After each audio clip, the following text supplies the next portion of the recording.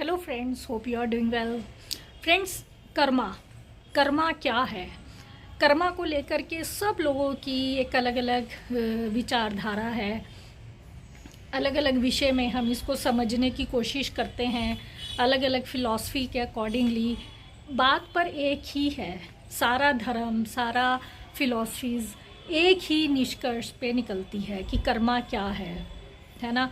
But उसको कहने का ढंग अलग हो सकता है।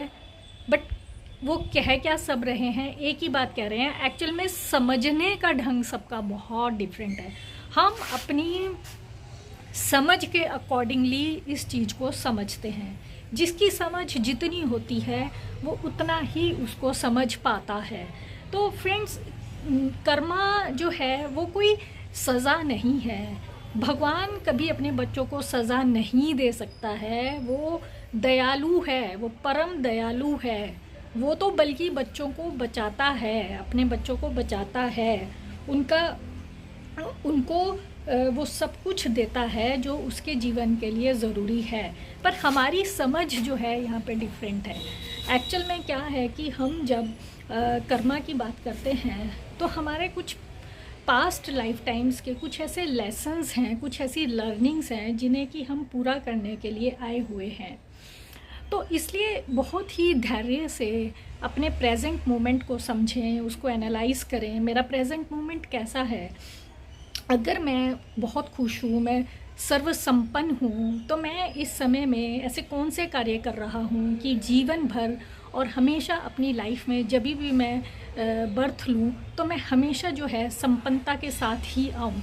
तो उसके लिए मैं अभी से बहुत ज़्यादा ग्रैटिट्यूड करूँ, अपने जो रिसोर्सेज हैं उनको अच्छे कामों में लगाऊँ, कंट्रीब्यूट करूँ अच्छे कामों में, एक अच्छा कर्म बनाऊँ।